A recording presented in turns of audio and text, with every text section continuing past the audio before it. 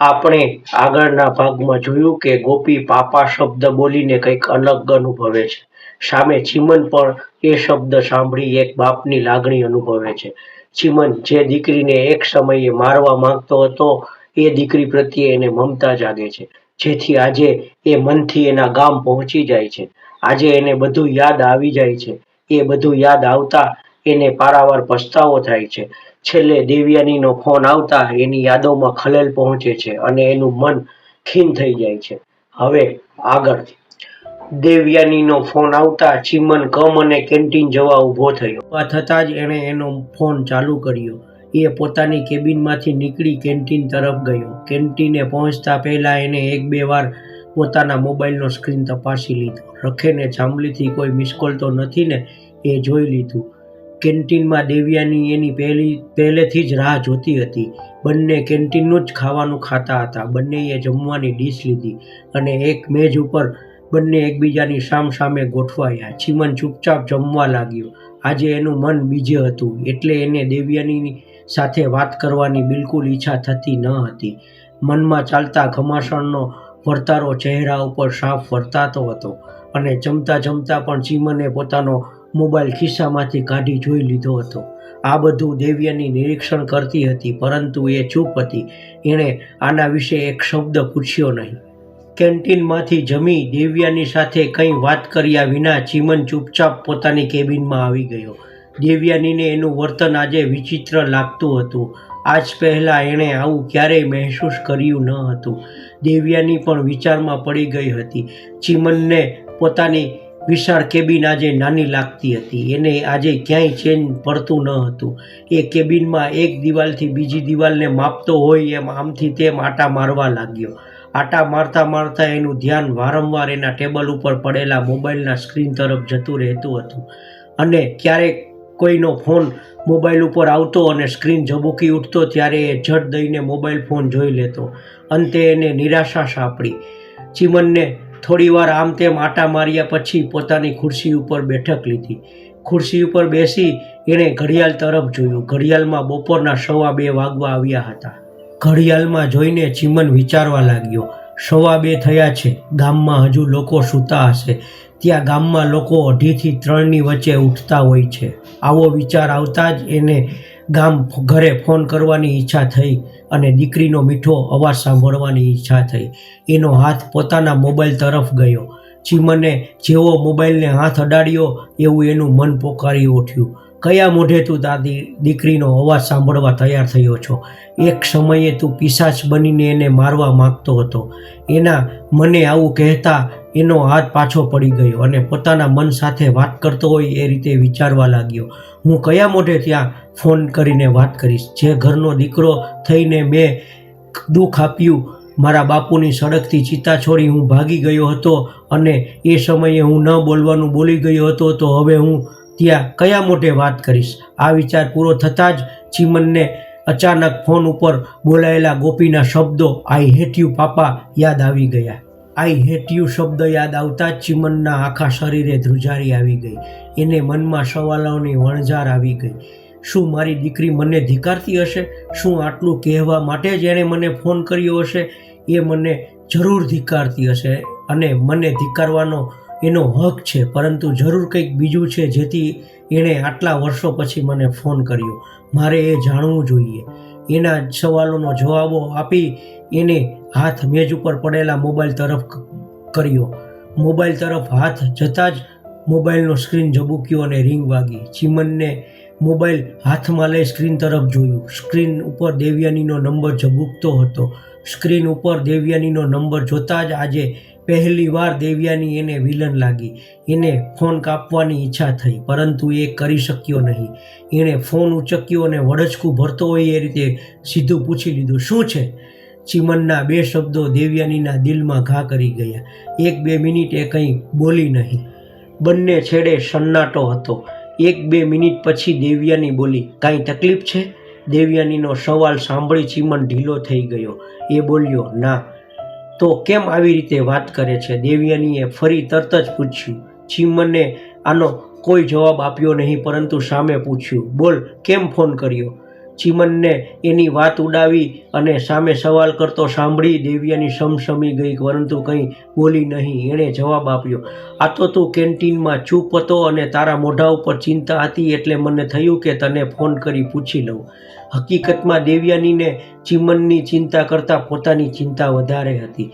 દેવ્યાનીની વાત સાંભળી ચીમન સાવધ થઈ ગયો. એ સાચવીને બોલ્યો, નવા પ્રોજેક્ટનો ચાર્જ મને આપ્યો છે એટલે એના વિચારોમાં હતો. બીજું કંઈ કામ હોય તો કહે, મારે બહુ કામ છે.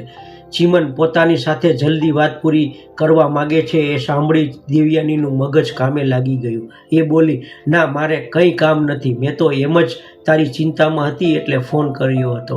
ચાલ, હું ફોન મૂકું છું, સાંજે મળીએ. ચીમને કંઈ જવાબ આપ્યા વિના ફોન કાપી નાખ્યો અને દેવ્યાનીને વિચારતી કરી દીધી. ચીમને ફોન કાપી મોબાઈલ ફોનને ફરી મેજ ઉપર મૂક્યો. દેવ્યાનીનો ફોન આવતા એણે જાંબલી ફોન કરવા પોતાની અંદર જે હિંમત ભેગી કરી હતી એ હવાની જેમ ઓગળી ગઈ. ચીમનને ફરી હિંમત આવતા થોડો સમય લાગ્યો.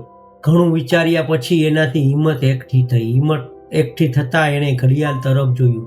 ઘડિયાળમાં 3:30 વાગવા આવ્યા હતા. એણે પોતાનો મોબાઈલ ફોન હાથમાં લીધો. મોબાઈલ ફોન હાથમાં લેતા એણે ફોન બુકમાં સાચવેલો ઘરનો નંબર શોધ્યો અને લીલું બટન દબાવી ફોન જોડ્યો. આજે એનો હાથ ધ્રુજતો હતો. એના જ ઘરે ફોન લગાવતા એનો હાથ ધ્રુજતો હતો. આજે એ 1 દશકા કરતાં વધારે સમય પછી એના ઘરે ફોન લગાવતો હતો. ફોન લગાવી એણે મોબાઈલને એના કાને મૂક્યો અને રિંગ જતી હોય એવું સંભળાયું. રિંગની ટ્રીન ટ્રીન સાથે આજે ચીમનનું હૃદય પણ જોરથી ધબકતું હતું. આ જ સમયે જાંબલીમાં ઘરે રૂપલી અને ગોપી એકલા હતા. જ્યારે સવિતાબેન કુટુંબમાં લગ્ન પ્રસંગ હોવાથી ત્યાં હતા. ગોપીને અને રૂપલીને પણ જવાનું હતું, પરંતુ સાસુ ત્યાં હતા એટલે બંનેને નિરાત હતી. ફોનની રિંગ વાગી ત્યારે રૂપલી તૈયાર થઈ ફળિયામાં ખાટલે બેઠી હતી અને ગોપી સારી દેખાવા માટે કમરો બંધ કરી અને તૈયાર થતી હતી. ફોનની રિંગ વાગતા રૂપલીએ ઊભું થવું પડ્યું. એ ઊભી થઈ ફોનવાળા કમરામાં ગઈ અને ફોન ઉચક્યો. ફોન ઉચકી રૂપલી એની આદત પ્રમાણે બોલી, હું રૂપલ બોલું છું, તમે કોણ બોલો છો? રૂપલી એકદમ ગામઠીમાં બોલી. રૂપલીનો અવાજ સાંભળી ચીમને કંઈ બોલ્યા વિના ઝટપટ ફોન કાપી નાખ્યો. ફોન કપાતા જ ચીમનનું હૃદય જોરથી ધડકવા લાગ્યું. સામે છેડે પોતે બોલી કે તરત જ ફોન કપાઈ જતા રૂપલી બબડવા લાગી, વાત ન કરવી હોય તો હું કાંઈ ફોન કરતા હશે? રૂપલીને સપનામાં પણ ખ્યાલ ન હતો કે એનો પતિ વર્ષો પછી એને ફોન કરતો હતો. રૂપલીની સ્થિતિ તો સાહજિક હતી. એને એમ કે કોઈથી ખોટી રીતે ફોન લાગી ગયો હશે. રૂપલી ફોનનું રિસીવર ક્રેડલ ઉપર મૂકી કમરાની બહાર નીકળી. રૂપલી નીકળી એની સાથે ગોપી પણ તૈયાર થઈને કમરાની બહાર નીકળી. ગોપીને તૈયાર થયેલી જોઈ રૂપલી એને જોતી રહી. થોડીવાર જોઈ રૂપલીએ દીકરીના ઓવારા લીધા અને બોલી, મારી દીકરી હવે તો મોટી થઈ ગઈ છે, વેલી વળાવી પડશે. આ સાંભળી ગોપીએ છણકો કર્યો, તને છોડીને હું ક્યાંય નહીં જાઉં. આટલું બોલી ગોપીએ તરત જ પૂછ્યું, કોનો ફોન હતો? ગોપીનો સવાલ સાંભળી રૂપલી બોલી, ખબર નહીં કોનો ફોન હતો. મેં બોલવાનું પૂરું કર્યું કે તરત જ ફોન કપાઈ ગયો. સામે ગોપી તરત બોલી, હું તો તને કેદીની કહું છું કે એક મોબાઈલ લઈ લ્યો. કોઈનો ફોન આવે તો એમાં સામેવાળાનો નંબર દેખાય. ગોપીની વાત સાંભળી રૂપલી મંદ મંદ હસવા લાગી અને હસતા હસતા બોલી, ઈ પૈન લઈ લેવું. હવે જલ્દી હાલ, પૈણેત્રા ચાલુ થવાની તૈયારીમાં આવી છે. મોડું થાહે તો બાકી જાહે. બોલવાનું પૂરું કરી બંને માં દીકરી પ્રેમાલાપ કરતી લગ્ન પ્રસંગવાળા ઘરે ગઈ. બીજી બાજુ ફોન મૂક્યા પછી ચીમનને ક્યાંય ચેન પડતું ન હતું.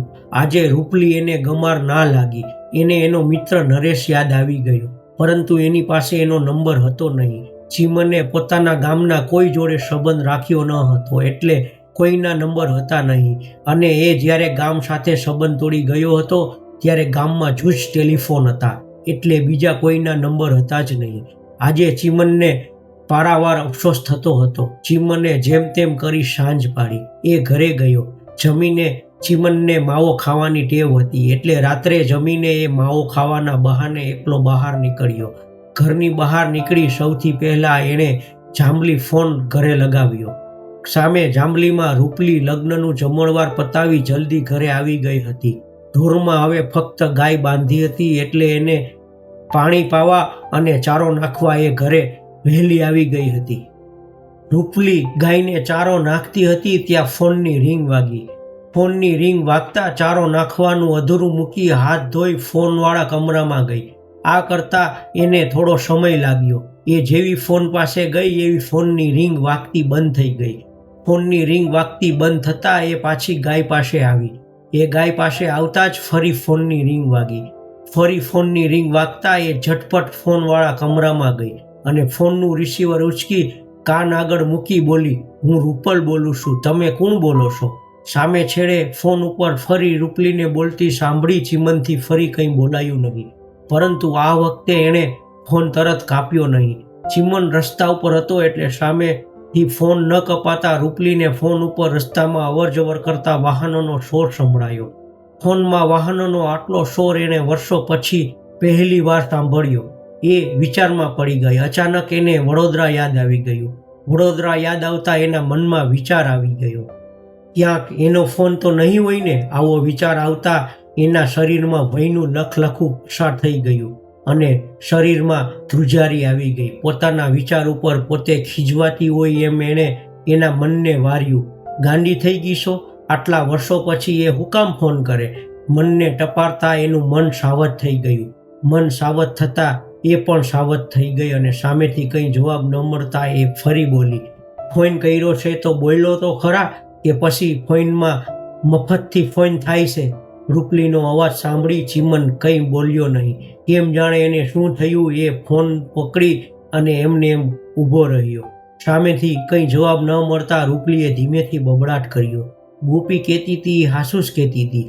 આ ફોનની જગ્યાએ કોઈ મોબાઈલ રાખ્યો હોય તો સામેવાળાના નંબરની જાણ તો થાય કે કોણ બોલે છે અને ખબર પડે કે કોનો ફોન છે. બબડાટ કરતાં કરતાં રૂપલીએ ફોન કાપી નાખ્યો. દોસ્તો, આજનો મારો ભાગ અને આજનો વિડીયો કેવો લાગ્યો? જો આજનો મારો ભાગ અને આજનો વિડીયો તમને સારો લાગ્યો હોય તો મારા ભાગને અને મારા વિડીયોને એક લાઈક કરી દેજો, દોસ્તો સાથે શેર કરી દેજો અને કોમેન્ટ કરીને મને જરૂર જણાવજો કે આજનો ભાગ અને આજનો વિડીયો કેવો છે. દોસ્તો, આજનો ભાગ અને આજનો વિડીયો અહીંયા સુધી. આવજો. જય શ્રી કૃષ્ણ.